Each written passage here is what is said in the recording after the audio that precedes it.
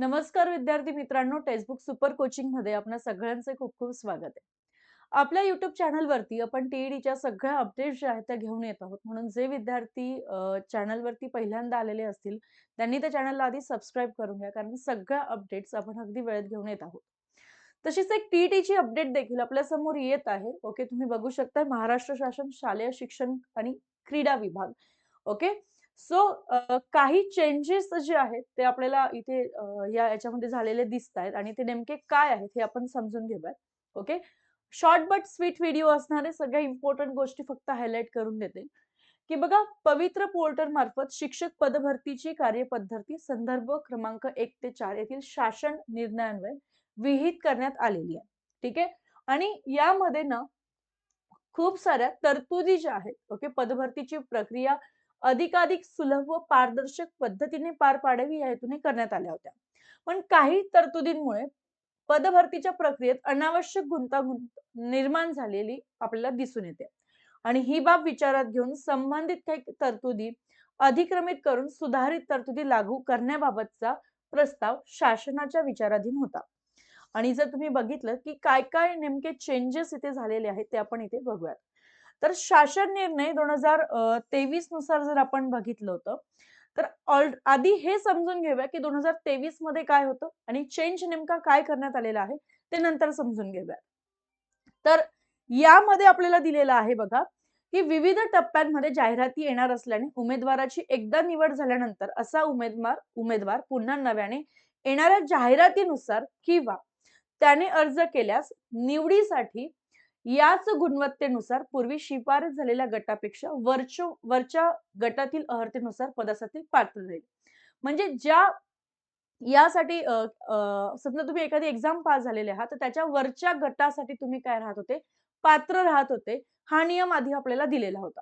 पण आता नियम काय चेंज झालेला आहे, ते जर आपण बघितलं, तर आपल्या इथे लक्षात येईल बघा. Just a second. आता नियम काय चेंज झालेला आहे?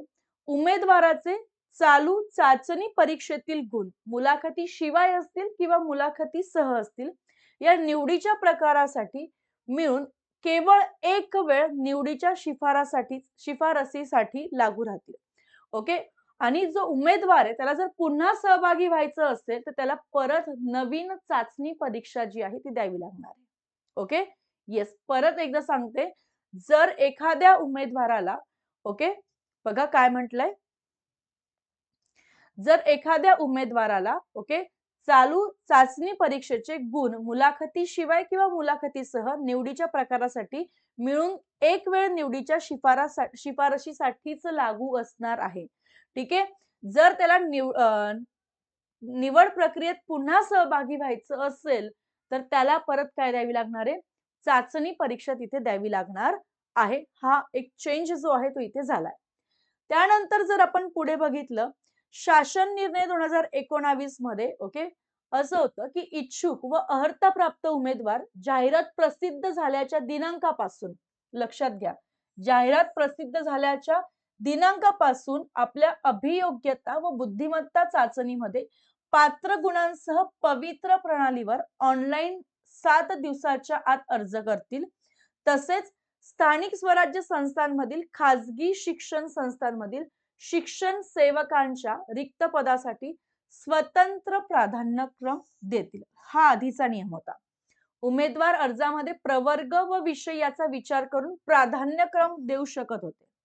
उमेदवारांना स्थानिक स्वराज्य संस्थांमधील व खाजगी शैक्षणिक संस्थांमधील रिक्त जागांसाठी उपलब्ध असलेल्या सर्व रिक्त जागांसाठी पात्रतेनुसार प्राधान्यक्रम जो आहे तो देता येणार होता. म्हणजे कितीही प्राधान्य त्यांना देता येत होतं. ठीक आहे. पण आता नेमकं काय रूल बदलला आहे? तर आता काय असणार आहे की इच्छुक व अर्हता प्राप्त उमेदवार जाहिरात प्रसिद्ध झाल्याच्या दिनांकापासून आपल्या अभियोग्यता व बुद्धिमत्ता चाचणीमध्ये प्राप्त गुणांसह पवित्र प्रणालीवरती सुविधा असलेल्या कालावधीतच अर्ज करणार. ओके. स्थानिक स्वराज्य संस्थांमधील व खाजगी शिक्षण संस्थांमधील शिक्षण सेवकांच्या रिक्त पदासाठी स्वतंत्र प्राधान्यक्रम देतील. ठीक आहे. परत एकदा सांगते, खाजगी शिक्षण संस्थांमधील शिक्षण सेवकांच्या रिक्त पदांसाठी स्वतंत्र प्राधान्यक्रम देणार आहे. उमेदवार अर्जामध्ये प्रवर्ग व विषय याचा विचार करून प्राधान्यक्रम देऊ शकता, हे तर सेम आहे. बघा, उमेदवारांना त्यांच्या अर्हतेनुसार मुलाखतीशिवाय ओके व मुलाखतीसह या निवडीच्या दोन्ही प्रकारासाठी जाहिरातीतील पात्र असलेल्या सर्व प्राधान्यक्रम उपलब्ध होतील. तथापि उमेदवारास त्याच्या सोयीनुसार त्यापैकी जास्तीत जास्त एकूण 50 प्राधान्यक्रम लॉक करता येणार आहे. म्हणजे इथे लिमिटेशन्स आपल्याला आलेले आहेत. ओके, इथे काय आलेत? लिमिटेशन्स आलेले आहे की मुलाखतीशिवाय 50 आणि मुलाखतीसह 50 क्रम काय करता येणार आहेत? लॉक करता येणार आहेत. Okay, yes. आणि नेक्स्ट जर बघितलं, शिक्षक पदभरतीसाठी आता हा 2022 चा रूल होता, जो मी इथे वाचून दाखवते, सांगते. शिक्षक पदभरतीसाठी व्यवस्थापनाने प्रसिद्ध केलेल्या जाहिरातीच्या दिनांकास असलेले ओके गुणवत्तेनुसार एकच मिनिट.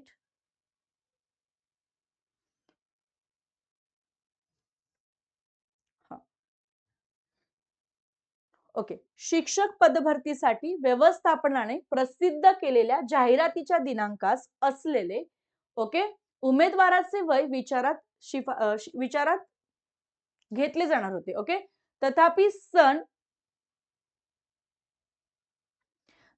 सन 2022 मध्ये होणाऱ्या शिक्षक अभियोग्यता व बुद्धिमत्ता चाचणीनुसार येणाऱ्या जाहिरातीसाठी उमेदवाराचे कोविड-19च्या पार्श्वभूमीवर 2 वर्षांसाठी क्षम करण्यात आले होते. Okay, yes. पण आता जर आपण बघितलं, आता जर आपण त्या रूल मध्ये चेंज बघितला तर काय करण्यात आलेलं आहे व्यवस्थित लक्षात घ्या. पदभरती ज्या शिक्षक अभियोग्यता व बुद्धिमत्ता चाचणीमधील प्राप्त गुणांच्या आधारे करण्यात येते. ओके, त्या चाचणीसाठी अर्ज करण्याच्या शेवटच्या दिनांकास उमेदवाराच्या वयाची परिगणना करण्यात येणार आहे. म्हणजे ज्या वेळेला तुम्ही ऑनलाईन अर्ज करत आहात ओके, त्या ऑनलाईन अर्ज करण्याचा शेवटचा जो दिवस असणार आहे त्या दिवसाचं ओके तो दिवस लक्षात घेऊन तुमच्या वयाचं काय करण्यात येणार आहे, तर कॅल्क्युलेशन तिथे करण्यात येणार आहे. हा चेंज इथे एक झालेला आहे. ओके, बरं. बालकांचा मोफत व सक्तीच्या शिक्षणाचा अधिकार अधिनियम 2009 हा 2013 चा नियम होता. ओके, तरतुदीनुसार प्राथमिक शिक्षकांकरता 1ली ते 8वी ओके शिक्षकांची शैक्षणिक व व्यावसायिक अर्हता व शिक्षक पात्रता परीक्षा अनिवार्य करण्याबाबत निगर्मित करण्यात आलेला शासन निर्णय शालेय शिक्षण व क्रीडा विभाग आरटी ओके येस. तर हे सगळं दिलंय 2013 मधील तरतुदीनुसार सेमी इंग्रजी अध्यापन शिक्षण पद्धती अवलंबिणाऱ्या शाळांमधील शिक्षकांची शैक्षणिक व व्यावसायिक अर्हता शिक्षक पात्रता परीक्षा अनिवार्य ओके हेच सांगितलं होतं. म्हणजे इथे फक्त शिक्षक पात्रता परीक्षा अनिवार्य केली होती. तसेच संबंधित शाळेकरता मंजूर शिक्षकांपैकी किमान एक शिक्षक इंग्रजी माध्यमातून शिक्षणशास्त्रातील पदविका ओके धारक असणे आवश्यक होता. पण आता हा रूल टोटली चेंज झालेला आहे. म्हणजे ज्यांनी इंग्रजी विषयातनं बीएड केलेलं आहे ओके त्यांचं लक किती भारी आहे बघा आमच्यासारखे. ओके, बालकांचा मोफत व सक्तीच्या शिक्षणाचा अधिकार अधिनियम 2009 मधील तरतुदीनुसार प्राथमिक शिक्षकांकरिता 1ली ते 8वी शिक्षकांची शैक्षणिक व व्यावसायिक अर्हता व शिक्षक पात्रता परीक्षा अनिवार्य करण्याबाबत निर्गमित करण्यात आलेला शासन निर्णय. शालेय शिक्षण व क्रीडा विभाग क्रमांक ते सगळं आहे. ओके, तरतुदीनुसार सेमी इंग्रजी अध्यापन शिक्षण पद्धती अवलंबिणाऱ्या शाळांमधील शिक्षकांची शैक्षणिक व्यावसायिक अर्हता व शिक्षक पात्रता परीक्षा अनिवार्य. इथपर्यंत सेम आहे. पुढचं महत्वाचं आहे. इयत्ता 1ली ते 5वी, इयत्ता 6वी ते 8वी, इयत्ता 9वी ते 10वी या गटासाठी त्या माध्यमांच्या शाळांकरिता शिक्षक उपलब्ध करून देताना व्यावसायिक अर्हता इंग्रजी माध्यमांसह त्या शाळांचे माध्यम इंग्रजी तर पाहिजेच, पण ज्या माध्यमाची ती शाळा आहे जसं की मराठी असेल, उर्दू असेल किंवा कन्नड असेल इत्यादी विचारात घेऊन उमेदवारांनी शालांत परीक्षा ज्या माध्यमातून उत्तीर्ण केली आहे त्या माध्यमाचा शाळेसाठी त्याची उमेदवारी विचारात घेण्यात यावी असं इथे म्हटलंय. Okay, yes. आणि बघा मग इयत्ता 1ली ते 5वी गटासाठी सेमी इंग्रजी विषयाकरिता व्यावसायिक अर्हता इंग्रजी माध्यमातून पूर्ण करण्याची अर्हता निश्चित करण्यात आलेली आहे. म्हणजे सेमी इंग्रजी 1ली ते 5वी असेल तर त्याची व्यावसायिक अर्हता काय पाहिजे? इंग्लिशच असली पाहिजे. पूर्ण करण्याची अर्हता निश्चित करण्यात आली आहे. ओके. त्या सामाजिक प्रवर्गासाठी असे उमेदवार जर उपलब्ध नसतील तर ओके. रिक्त राहणाऱ्या पदांसाठी नव्याने जाहिराती घेऊन त्या उमेदवारासह ओके, ज्या उमेदवारांनी व्यावसायिक अर्हता इंग्रजी माध्यमातून पूर्ण केली नाही, मात्र 12वी विज्ञान किंवा BA, MA इंग्रजी किंवा BA, BSc, MSc अशी अर्हता धारण केली आहे, अशा उमेदवारांना पात्र समजण्यास मुभा देण्यात आहे. ओके, सो ही अशी इम्पॉर्टंट अपडेट आणि हा इम्पॉर्टंट पॅराग्राफ आपल्यासाठी असणार आहे. सो काय काय चेंजेस यामध्ये झालेले दिसून येत आहे हे सगळे तुमच्या लक्षात आले असतील. एकदम थोडक्यात मी तुम्हाला सगळ्या गोष्टी समजावून सांगण्याचा प्रयत्न केलेला आहे. Okay, yes. सो असे जे बदल आहेत ते आपल्याला इथे दिसून येत आहेत. उपरोक्त बदल हे शिक्षक अभियोग्यता बुद्धिमत्ता चाचणी 2025 नुसार करावयाच्या पद भरती संदर्भातील स्वीकारण्यात येणाऱ्या सर्व टप्प्यातील जाहिरातांसाठी तसेच त्यानंतर होणाऱ्या शिक्षक अभियोग्यता व बुद्धिमत्ता चाचणीनुसार करावयाच्या पदभरतीसाठी लागू राहणार असं इथे म्हटलंय. Okay, yes. सो अशाच प्रकारच्या अपडेट्ससाठी आपल्या चॅनलला सबस्क्राईब करायला विसरू नका. व्हिडिओ आवडला असेल तर व्हिडिओला लाईक करायला विसरू नका.